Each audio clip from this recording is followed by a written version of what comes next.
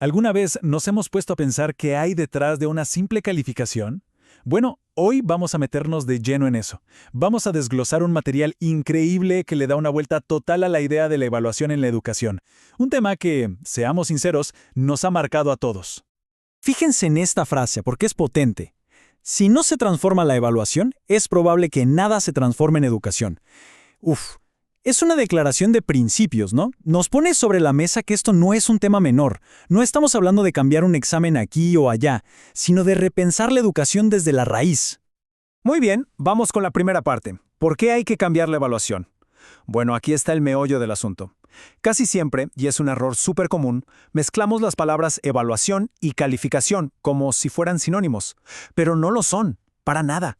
El material que estamos analizando nos muestra que tienen propósitos totalmente diferentes, y esa confusión, esa tensión, es la que genera uno de los problemas más grandes de la educación hoy en día.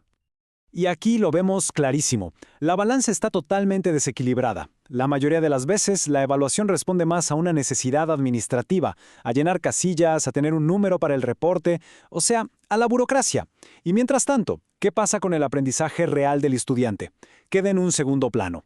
El sistema se ha enfocado tanto en rendir cuentas que se ha olvidado de lo más importante, fomentar el crecimiento y la curiosidad. Ok, ahora vamos a hacer un viaje en el tiempo, porque para entender por qué las cosas son como son hoy, tenemos que ver de dónde vienen.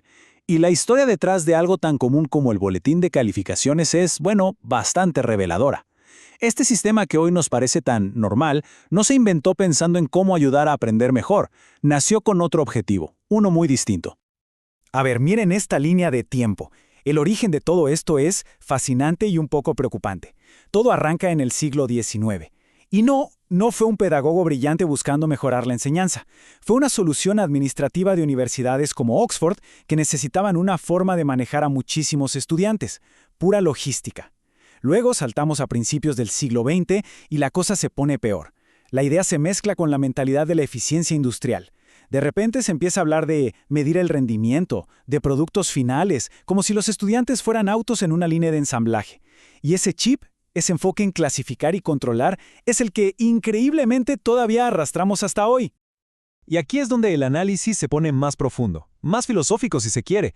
El texto que revisamos toma un concepto de Michel Foucault, el de dispositivo de control. ¿Qué significa esto? En fácil, que el sistema de evaluación no es solo una cajita de herramientas neutrales, como un martillo o un destornillador. No, es toda una red, un mecanismo muy bien armado, diseñado para gestionar y controlar cómo actúan y piensan las personas. Pensemos en esto. Exámenes, notas numéricas, rúbricas súper detalladas, reglamentos, hasta los portafolios de evidencias. Todo esto nos suena, ¿cierto? Son parte del día a día escolar.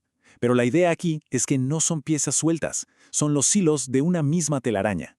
Y juntos que tejen. Un sistema que premia el cumplimiento, la estandarización, el seguir las reglas al pie de la letra, y deja muy poco espacio para la curiosidad real, para el pensamiento original.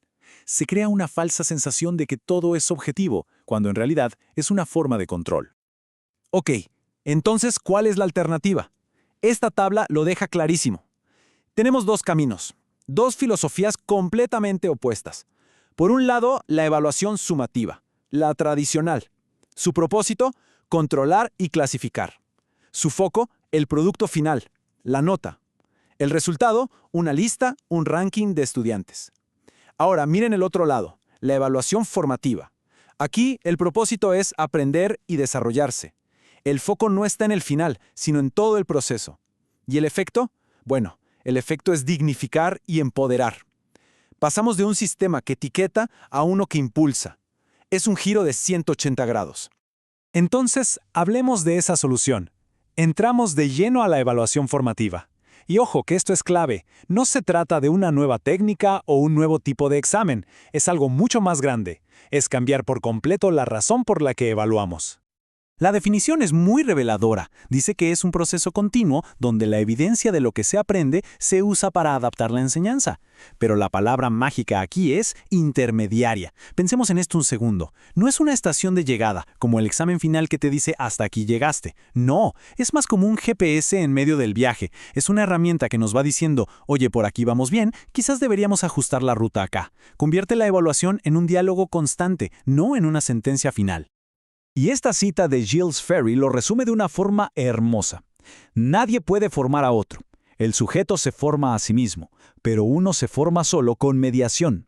¿Qué nos dice esto? Que el rol del docente cambia radicalmente. Ya no es el de un artesano que moldea una pieza de arcilla a su gusto, es más bien el de un guía, alguien que ofrece herramientas, que da pistas, que acompaña. Esa es la mediación.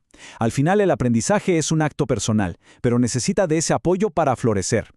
Así que, al final del día, ¿cuál es el gran cambio? Que el objetivo ya no es poner un número. El objetivo es ayudar a que los estudiantes se vuelvan más autónomos, más críticos, más comprometidos con lo que hacen. Estamos hablando de desarrollar habilidades que sirven para la vida, no solo para pasar de curso. Se trata de formar personas que sepan aprender por sí mismas.